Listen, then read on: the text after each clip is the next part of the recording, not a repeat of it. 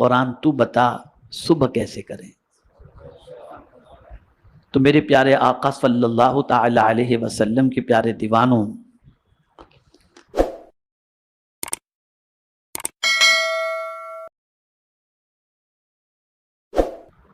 صبح ہوتے ہی اہل اللہ کہتے ہیں، اللہ والے کہتے ہیں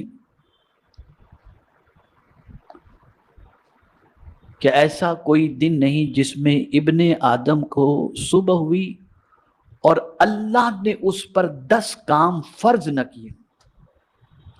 صبح ہوتے کتنے کام فرض نہ کیے ہوں؟ 10۔ پہلی چیز، جب سو کر اٹھے تو اللہ تعالیٰ کا کچھ نہ کچھ ذکر کرے، یہ پہلا کام اس کا۔ اور اس کی دلیل کیا ہے؟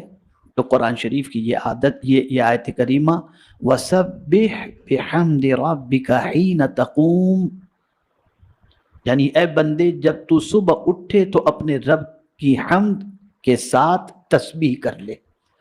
یعنی صبح اٹھ تو اٹھتے ہی پہلے اپنے رب کی حمد کے ساتھ تسبیح کر، یعنی الحمدللہ سبحان اللہ، اٹھتے ہی پہلے یہ کہے۔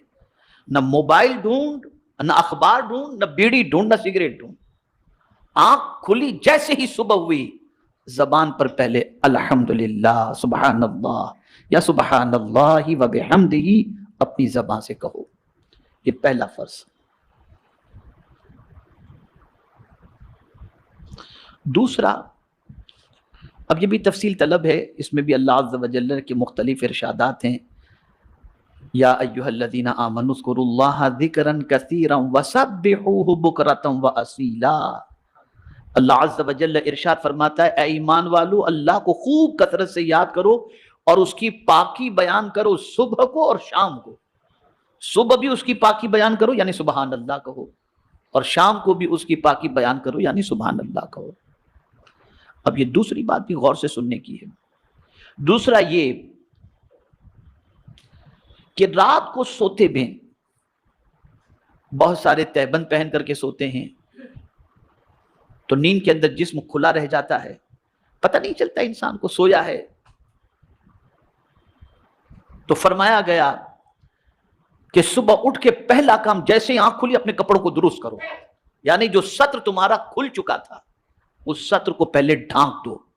اور اس کی دلیل لائے، یا بنی آدم خذوا زینتکم عند کل مسجد، یعنی اے بندو اپنی زینت لیے رہو، یعنی کپڑے پہنے رہو، اور زینت کم سے کم وہ کپڑا ہے جو واجب الستر یعنی اعضاء کو چھپا سکے۔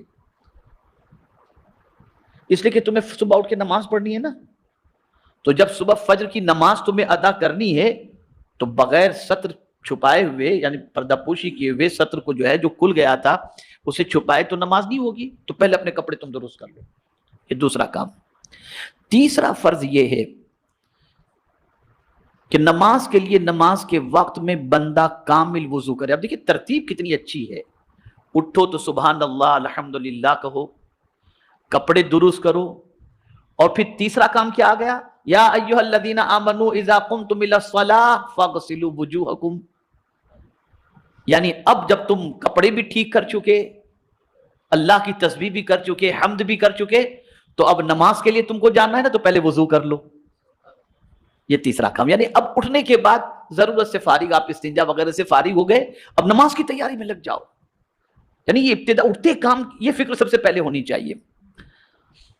چوتھا فرض، نماز کو نماز کے وقت میں کامل طریقے سے ادا کرو، یہ نہیں کہ فجر کی نماز جانے دو 10 بجے اٹھ کے پڑھنے والی پوزیشن نہیں، 11 بجے اٹھ کے پڑھنے والی پوزیشن نہیں۔ ان الصلاۃ کانت علی المؤمنین کتابا موقوتا، وضو ہو چکا، اب نماز وقت پر ادا کرو، یہ چوتھا فرض۔ پانچواں فرض یہ ہے کہ رزق کے بارے میں کیے ہوئے وعدے الہی پر پرامن رہے، یعنی مطمئن اور بے فکر۔ اس کی دلیل یہ ارشاد ربانی ہے کہ فرماتا ہے وَمَا مِن دَابَّةٍ فِي الْأَرْضِ إِلَّا عَلَى اللَّهِ رِزْقُهَا، یعنی اب صبح اٹھ کے سوچے اب کیا ہوگا، کھانا ملے گا کہ نہیں، روزی ملے گی کہ نہیں، تو مطمئن ہو جائے۔ نماز بھی تو نے پڑھ لی بندے، وضو بھی تو نے کر لیا، اللہ کی تسبیح بھی تو نے کر لی، حمد بھی بجا لایا، اب جب تم ان چیزوں سے فارغ ہو چکے تو روزی کی زیادہ فکر مت کرنا، اس لیے کہ اللہ نے تیری روزی کا ذمہ لے لیا ہے. اور جب روزی کا ذمہ لے لیا تو میرے پیارے آقا صلی اللہ تعالی علیہ وسلم کے پیارے دیوانوں، اب اللہ کا نام لے کر کے تو نکل، بے فکر ہو کر نکل. اس نے وعدہ کیا ہے تو نکلے گا تجھے وہ روزی عطا فرما دے گا، اس لیے کہ اس نے تیرے رزق کا ذمہ لیا ہے. میرے پیارے آقا صلی اللہ تعالی علیہ وسلم کے پیارے دیوانوں، اب یہاں ایک چھوٹی سی بات درمیان میں عرض کر دوں. صبح کی نماز ہو یا کسی بھی وقت کی نماز، خود بھی اٹھو، اپنے اہل و عیال کو بھی اٹھاؤ. خود بھی نماز پڑھو، اپنے اہل و عیال کو بھی نماز کا حکم دو. وَأْمُرْ أَهْلَكَ بِالصَّلَاةِ وَاصْطَبِرْ عَلَيْهَا لَا نَسْأَلُكَ رِزْقًا نَحْنُ نَرْزُقُكَ. اپنے اہل و عیال کو نماز کا حکم دو اور خود بھی نماز پر قائم رہو. اللہ فرماتا ہے میں تم سے روزی نہیں مانگتا، میں تم کو رزق عطا کروں گا، میں تم کو روزی عطا کروں گا. تو رزق کے سلسلے میں صبح اٹھ کر مطمئن ہو جاؤ. اس پر ایک اور حدیث شریف میں دلیل کے طور پر لاؤں کہ آقا کریم صلی اللہ علیہ وسلم ارشاد فرماتے ہیں صبح کے وقت روزی کا فرشتہ روزی لے کر کے آتا ہے. جب بندہ نماز پڑھتا ہے تو اس کے حصے کی روزی اسے دے دیتا ہے، اور اگر بندہ پڑا رہتا ہے تو اس کی روزی لے کے چلا جاتا ہے. تو پتہ چلا اٹھے، نماز ادا کر لیے، تمہارے حصے کی روزی کے لیے تم مطمئن ہو جاؤ، اللہ تمہارے حصے کی روزی تمہیں عطا فرمائے گا. اب چھٹا فرض یہ ہے کہ اللہ کی تقسیم پر قناعت کرے. یعنی اب آپ نکلے تو آپ نے دیکھا کسی کو صبح دکان کھولتے ہی ہزاروں کا مال اس کا بک گیا، اور آپ کی شام تک کوئی کسٹمر آپ کی دکان پر نہیں آیا، تو آپ یہ سوچیں کہ یار مجھے اتنا کم اس کو اتنا زیادہ کیوں. تو اب اس پر دلیل آ رہی قرآن کی. اللہ اکبر. قرآن کہتا ہے نحن قسمنا بینہم معیشتہم فی الحیات الدنیا، یعنی ہم نے بندوں کے درمیان ان کی دنیاوی زندگی میں گزر بسر کی چیزیں بانٹ دی ہیں اپنی مشیت و حکمت سے، بعض کو بعض پر فضیلت دے دی. یعنی اللہ یہ فرماتا ہے مجھے معلوم ہے کس کو کتنا دینا، تو ہم نے تقسیم کر دیا ہے، اس کو اتنا دینا ہے، اس کو اتنا دینا ہے. تو تمہیں جتنا مل جائے تم اس پر قناعت کرو. اور اگر کوئی قناعت کرے تو کیا ہوتا ہے؟ تو آقا کریم صلی اللہ علیہ وسلم فرماتے من قنع جل ومن طمع ذل. جو قناعت اختیار کرتا ہے، جتنا میرے کریم تو نے عطا کیا تیرا شکر ہے، تو اللہ فرماتا ہے میں اسے عزت عطا کر دیتا ہوں. اور جو لالچ میں لگا رہتا ہے سرکار فرماتے اللہ اسے ذلیل کر دیتا ہے، اس کا پیٹ ہی نہیں بھرتا، اس کا پیٹ ہی نہیں بھرتا. اور جو قناعت کرتا ہے نا، بس جو مل گیا اللہ کا شکر. اس کو میں ایک قرآن مقدس کی دوسری آیت کی روشنی میں بھی سمجھا سکتا ہوں. قناعت کو اگر سیکھنا ہے تو چونٹی سے سیکھو اور پرندے سے سیکھو. نہ ان کا کوئی گھونسلہ ہوتا ہے، نہ اگلے دن کا اسٹاک ہوتا ہے. اگلے دن کا کھانا، اگلے دن کا دانا کوئی پرند چرین چونٹی ایڈوانس کے اندر جمع کر کے نہیں رکھتی. لیکن جس دن مل گیا صبح نکلے بھوکے، شام کو پیٹ بھر کے پرندے لوٹ آتے ہیں اور اللہ کے دیے ہوئے رزق پر قناعت کرتے ہیں. مولا دوسرے دن پھر انہیں عطا فرما دیتا ہے، عطا فرما دیتا ہے. ساتواں فرض صبح اٹھ کر کے ہی جو ہے وہ یہ ہے کہ اللہ پر بھروسہ کرے. کیا کرے؟ ہم کس پر بھروسہ کرتے ہیں؟ کسٹمر پر. ہم کس پر بھروسہ کرتے ہیں؟ سیٹھ پر. اور قرآن کہتا ہے اللہ پر بھروسہ کرو. بہت اہم بات عرض کر رہا ہوں، اگر اس نقطے کو آپ نے ذہن میں محفوظ کر لیا نا تو میں یقین کے ساتھ کہتا ہوں آپ کے دل سے پوری زندگی جو ہے نا، اس کو یاد رکھیں گے تو پوری زندگی انشاءاللہ العظیم آپ ٹینشن فری ہو جائیں گے. ابھی کنونشن کے اندر مغرب کے بعد میرا بیان تھا ماپولی میں نے وہاں ایک جملہ کہا تھا، وہی یہاں پر کہہ دیتا ہوں، اس کے بعد آیت کی طرف آتا ہوں.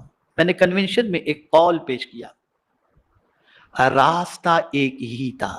راستہ بولیے بولیے، راستہ ایک ہی تھا. فرعون ڈوب گیا، موسیٰ علیہ السلام نکل گئے. راستہ ایک ہی تھا، فرعون ڈوب گیا، موسیٰ علیہ السلام نکل گئے. وجہ یہ ہے کہ فرعون کو راستے پر بھروسہ تھا، موسیٰ کو خدا پر بھروسہ تھا.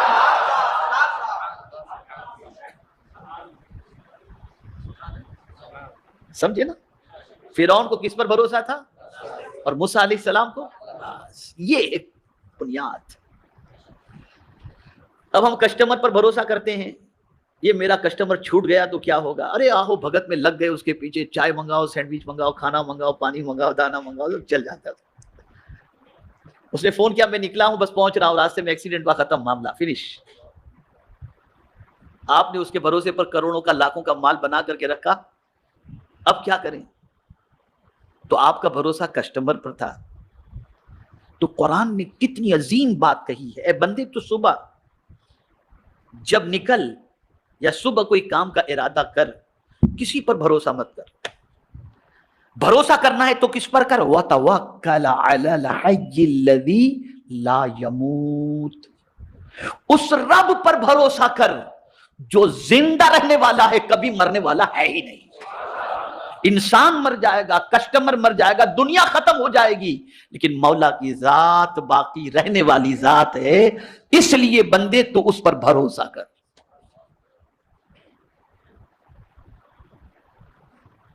یہ صبح ہوتے کیا ہوگا، کیسے ہوگا، کچھ بھی. یہ صبح ہوتے ہی ہمارے اوپر اللہ عز و جل لازم کر رہا ہے کہ ہم اس پر بھروسہ کریں. وَتَوَكَّلَ عَلَى الْحَيِّ الَّذِي لَا يَمُوتُ. اب آئیے 8ویں چیز کی طرف. بندہ اللہ کے احکام پر عمل کرنے کے سلسلے میں صبر کرے. صبر کے معنی کیا ہوتا ہے؟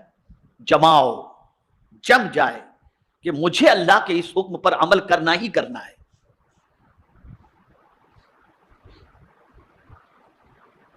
عام طور پر بندہ سوچتا ہے کہ جھوٹ بولوں گا تو دھندا چلے گا، یار اگر تھوڑا سا یوں بول دوں گا تو کام چل جائے گا، اور وہیں اللہ کے حکم سے بندہ پھسل جاتا ہے، بجاوری نہیں کر پاتا. لیکن قرآن کہتا ہے فاصبر لحکم ربک، یعنی اے بندے اپنے رب کے حکم کی تعمیل کے لیے برداشت کر. یعنی بندے تم برداشت کر لے، نہیں مجھے تو میرے رب کے حکم پر ہی عمل کرنا ہے، ختم ہو گئی بات. ملنا ہوگا اتنا ملے گا، دینے والی ذات اللہ کی ہے، میں کیوں جھوٹ بول کر کے اپنی آخرت کو برباد کروں. جم جاؤ اس کے اوپر، یہ تمہارے اوپر فرض ہے، اٹھتے ہی فرض بن جاتا ہے.